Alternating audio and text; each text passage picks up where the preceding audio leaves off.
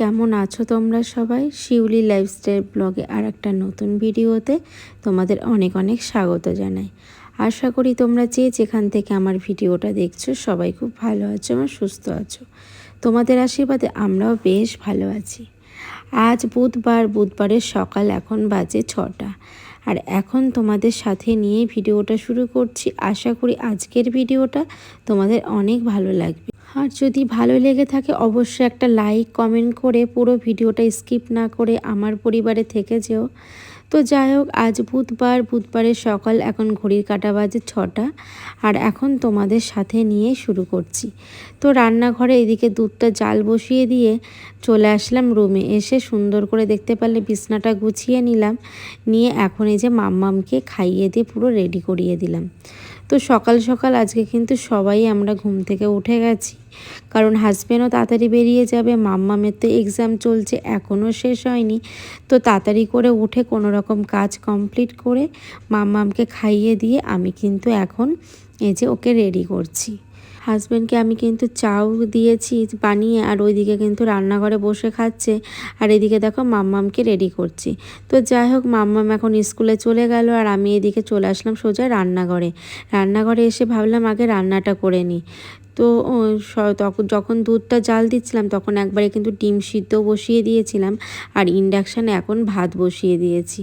তো এদিকে ডিমটা ভালো করে খোসা ছাড়িয়ে নিয়ে এখন এই যে নুন হলুদ দিয়ে ভেজে নিচ্ছি। আর এইদিকে হাজব্যান্ড কিন্তু বেরিয়ে যাবে, আর মাম্মামের যেহেতু স্কুলে যেতে দেরি হয়ে যায় তাই ভাবলাম যে একটু লেট করব না, তাড়াতাড়ি করেই কাজগুলো করে নেব। আর এদিকে কিন্তু ভাবলাম রান্নাটা করার একটাই কারণ, আজকে রান্নাঘরটা একটু ক্লিন করব, মানে বেসিংয়ের ক্যাবিনেটটা একটু ক্লিন করব। তো ওই জন্য ভাবলাম যে আজকে রান্নার ঝামেলাটাও কম আছে, কারণ ডিমের ঝোল করব আর একটু ফ্রিজে তরকারি আছে সেটা দিয়ে আমাদের হয়ে যাবে। আর আজকে বেশি কিছু আর করব না। তা সকালে যেহেতু অনেকটাই সময় পাবো তাই এক্সট্রা কাজগুলো কিন্তু এইভাবেই করে নিতে ভালো লাগে। তো যাই হোক, এদিকে কিন্তু সমস্ত ডিমের মশলাগুলো কষিয়ে এখন আমি কিন্তু আলু আর ডিমটা ভালো করে কষতে দিলাম। তো গ্যাসটা একটু কমিয়ে দিলাম, দিয়ে এদিকে কিন্তু হাজব্যান্ডের জন্য করছি ডিম টোস্ট। তো বাড়িতে চলে এসেছে, আসার সময় কিন্তু ডিম আর এদিকে পাউরুটি নিয়ে এসেছে। তো এখন ওকে ডিম টোস্ট করে দিচ্ছি, এখন ও খাবে। আর আমাদের ডিম টোস্টটা কিন্তু মাম্মাম যখন স্কুল থেকে আসবে তখন একসাথেই খাবো। তাই জন্য আমাদেরটা আর করিনি, কারণ মাম্মাম স্কুল থেকে আসলে গরম গরম ওকেও করে দেবো আর আমিও খাবো। আর ও না থাকলে একা একা ভালো লাগে না। তাই হাজব্যান্ডকে খাবার দিয়ে ওকে খাবার রেডি করে দিয়ে আসলাম, খাচ্ছে, খেয়েও বেরিয়ে যাবে। আর আমি রুমে চলে আসলাম, এসে কিছু জামা কাপড়গুলো এই যে এখন গুছিয়ে নিচ্ছি। আর প্রত্যেক দিন যা মানে বৃষ্টি হচ্ছে, আর দুদিন একদিন করে জামা কাপড় জড়ো করে রেখে তারপরে যখন কাচাকাচি করছি তখন কিন্তু একদমই শুকাচ্ছে না। আর এইভাবে ফ্যানের তলায় দিয়ে দিয়ে শুকাতে হচ্ছে। তাই দেখো সমস্ত জামা কাপড়গুলো শুকিয়ে গেছে। তাই ভাবলাম পুরো আলনাটা আরেকবার গুছিয়ে নিই, কারণ এখন জামা কাপড়গুলো গোছাতে গেলে যেখানে সেখানে যেভাবে রাখলে তো হবে না, তাহলে তো কোনো জিনিসই খুঁজে পাবো না। তাই ভাবলাম যে ভালো করে আবার গুছিয়ে মানে জায়গায় পাট করে রেখে দিলে আমার কিন্তু খুঁজতে অনেকটাই সুবিধা হবে। আর দেখবে ঘরের মধ্যে আলনাটা যদি একটু জামা কাপড়গুলো না গুছিয়ে রাখি তাহলে দেখতেও ভালো লাগে না, আর গুছিয়ে রাখলে সত্যি একটা আলাদাই শান্তি লাগে। তো এইদিকে দেখো আমার সমস্ত জামা কাপড়গুলো ভাঁজ করা হয়ে গেছে, আর আমি এক এক করে গুছিয়ে রাখছি। এখানে হাজব্যান্ড আমার মাম্মামের সবারই থাকে। আর কি বলো তো, আলনাটা এমন একটা জিনিস, সেখানে জামা কাপড় যদি বাইরেগুলো না রাখা হয় এমনি আলমারি থেকে রোজ বার করতে গেলে অনেকটাই দেরি হয়ে যায়। তো পুরো ঘরটা গুছিয়ে রেখে চলে আসলাম রান্নাঘরে। এসে দেখো এই কিচেনের ক্যাবিনেটটা কদিন ধরেই ভাবছি গোছাবো, তো কিছুতে আর গোছানো হচ্ছে না। এটা কিন্তু বেসিংয়ের ক্যাবিনেটটা, মানে বেসিংয়ের নিচে এটা, তো ওই জন্য সবসময় ইউজ করা হয় না। আর এখানে সমস্ত বাজারের ব্যাগ, তারপরে মানে এক্সট্রা জিনিসগুলো রাখি, বড় বড় কড়াই বটি সমস্ত কিছুই থাকে, মানে এটা এক্সট্রা, এটাই কিন্তু আর অন্য কিছু আমার ব্যবহার করতে লাগে না। তবু মাঝে মধ্যে একটু ক্লিন না করলে একদমই কেমন যেন লাগে। আর ভীষণ ভেতরটা না নোংরাও হয়েছে, তোমরা দেখে বুঝতেই পারছো। আর ঘরের মধ্যে অগোছালো থাকলে না একদমই ভালো লাগে না। আর অপরিষ্কার থাকলে তো কোনো কথাই নেই, যতক্ষণ না পরিষ্কার না করি একদম সত্যি কথা বলতে কেমন যেন একটা অন্যরকম অনুভূতি লাগে। আর যখনই দেখবো ঘরটার মধ্যে একটু ক্লিন করে গুছিয়ে নিয়েছি না, যখন ঘরে ঢুকবো আলাদাই যেন একটা শান্তি কাজ করে। আর এই ক্যাবিনেটটা না মানে এখানে যেহেতু সব কিছু ইউজ করা হয়, ব্যাগ ট্যাগ রাখা হয়, বাজারের ব্যাগ থেকে শুরু করে যাবতীয় জিনিস এর মধ্যেই রেখে দিই। আর এই জায়গাটা কিন্তু ক্লিন করতে অনেকটাই কষ্ট, তোমরা দেখতেই পাচ্ছ। এখানে ভেতরে বেসিনটা আছে, তাই নিচু করে কিন্তু ক্লিন করতে খুব অসুবিধা হচ্ছে। তো ভালো করে এখানে সার্ফে মানে ভিনিগার একটু লেবু দিয়েছি, দিয়ে যাতে ভালো করে ক্লিনটা হয়ে যায়। তো সমস্ত কিছু দিয়ে পরিষ্কার করে দেখলাম যে ভেজা কাপড় দিয়ে হচ্ছে না, তাই শুকনো একটা কাপড় দিয়ে কিন্তু ভেজা জলগুলো মুছে নিচ্ছি। না হলে না ভেতরটা একদম শুকাবে না, আর তার মধ্যে জিনিসগুলো থাকলে না অনেকটাই বাজে গন্ধ বেরাবে। তাই শুকনো কাপড় দিয়েই কিন্তু ভালো করে ভেতরটা ক্লিন করে নিচ্ছি। আর তোমরা দেখতেই পাচ্ছ মানে নিচটা হয়ে পরিষ্কার করতে অনেকটাই কষ্ট হচ্ছে। আর আমি তো পুরো ঘেমে নিয়ে স্নান হয়ে গেছি। আর তারপরে দেখো এখানে ফ্যানটা চালিয়ে দিয়েছি, স্ট্যান্ড ফ্যানটা।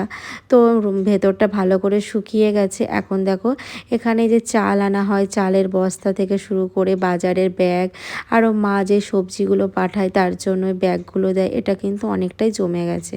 তো আমি কি করি, সমস্ত এই কিছু ভাঁজ করে একটা বড় ব্যাগের মধ্যে রেখে দিই, তাহলে জিনিসগুলো ছড়িয়ে যায় না, একদম কাজগুলো সহজ থাকে। যখনই যেটা দরকার হয় আমি বার করে নিতে পারি। আর এখানে সেখানে যদি আমি জড়ো করে রাখি, একদম কিন্তু জিনিসগুলো অপচয় হয়ে যায় আর নষ্ট হয়ে যায়। তো যখন যেটা দরকার হয়, হাজব্যান্ড বাজারে গেল বা ব্যাগের দরকার, তখন আমি ব্যাগ থেকে একটা বার করে দিই। আর এখানে যত সবজির ঝুড়িগুলো থাকে সেইগুলো আমি এর মধ্যে রেখে দিই। তো দেখো আমার ভেতরটা সুন্দর করে গোছানো হয়ে গেছে। আর এখন আমি বাইরেটা সুন্দর করে এখন ক্লিন করে নিচ্ছি। তো এইভাবে কাজগুলো করে নিই, কারণ বেশি কাজ করতে গেলে অনেকটা সময় লাগবে। তো যখন যেরকম সময় পাই তখন সেরকম সময়ের মধ্যে যেটুকুই পারি কাজগুলো গুছিয়ে নিই, যাতে আমার অল্প অল্প করে কাজগুলো হয়ে যায়। আর একসাথে করতে গেলে তো অনেকটা সময়ের দরকার, আর আমার তো বেশি সময় নেই, কারণ আমাকে এখনই মাম্মামকে আনতে যেতে হবে স্কুলে।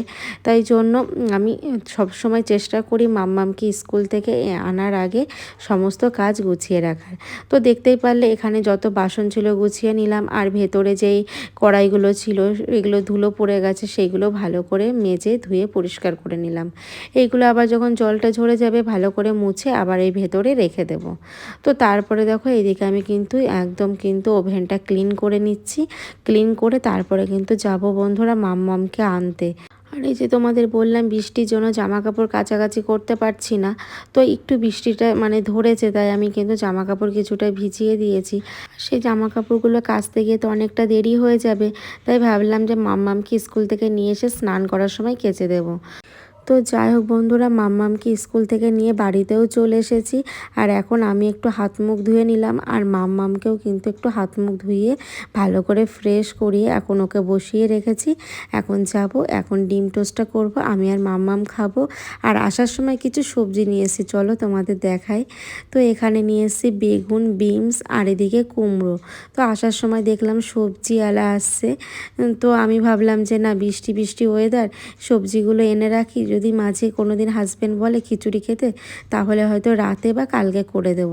তার জন্য কিন্তু একটু বেসনও এনে রেখেছি, একটু গোবিন্দভোগ চাল এনেছি। আর বেসনটা কেন এনেছি বলো তো, যেহেতু বৃষ্টি হচ্ছে মাঝে মধ্যে, তো বিকালবেলা একটু ইচ্ছা করে বেগুনি বা কোনো কিছু পকোড়া খেতে, তো এই জন্যই এনে রাখলাম। আমাদের ছিল, শেষ হয়ে গেছে, তো আসার সময় নিয়ে আসলাম। আর এদিকে দেখো ডিম টোস্টটা করছি, আর এদিকে মাম্মামেরও খিদা লেগে গেছে, আমারও খিদা লেগে গেছে। সকাল থেকে এত কাজ করছি বন্ধুরা, সকাল থেকে খাওয়ার কোনো সময় পাইনি। এখন কিন্তু একদমই থাকতে পারছি না, চলো খেয়ে নিই। তো বন্ধুরা, খাওয়া দাওয়ার পর মাম্মামকে একদম স্নান করিয়ে আমি স্নান করে এক বালতি জামা কাপড় নিয়ে চলে এসেছি ছাদে। আর দেখতেই পাচ্ছ আকাশে প্রচণ্ড মেঘলা মেঘ করে আছে, এখন একটু বৃষ্টিটা থেমেছে, তাই ভাবলাম ছাদে এগুলো মেলে দিয়ে যায়। আর বৃষ্টি যতক্ষণ না আসে ততক্ষণ ছাদেই থাক, তাহলে কিন্তু একটু হাওয়া দিচ্ছে, অনেকটা জামা কাপড়ে থেকে জলটা ঝরে যাবে। আর এখন যাব গিয়ে আমি কিন্তু পুজোটাও দিয়ে নেব। তো বন্ধুরা, ফাইনালি পুজো দেওয়ার পর এই যে মাম্মামের খাবার বাড়তে চলে এসেছি রান্নাঘরে। এখন ওকেও খাইয়ে ঘুম পাড়িয়ে দেবো, বিকালে আবার আন্টি আসবে পড়াতে। তো যাই হোক, তাহলে চলো ভিডিওটা এখানেই শেষ করছি, আবার দেখা হচ্ছে নেক্সট কোনো ব্লগে। ততক্ষণ তোমরা সবাই ভালো থেকো, সুস্থ থেকো, আর ভিডিওটি ভালো লাগলে একটা লাইক কমেন্ট করো। Tata, by.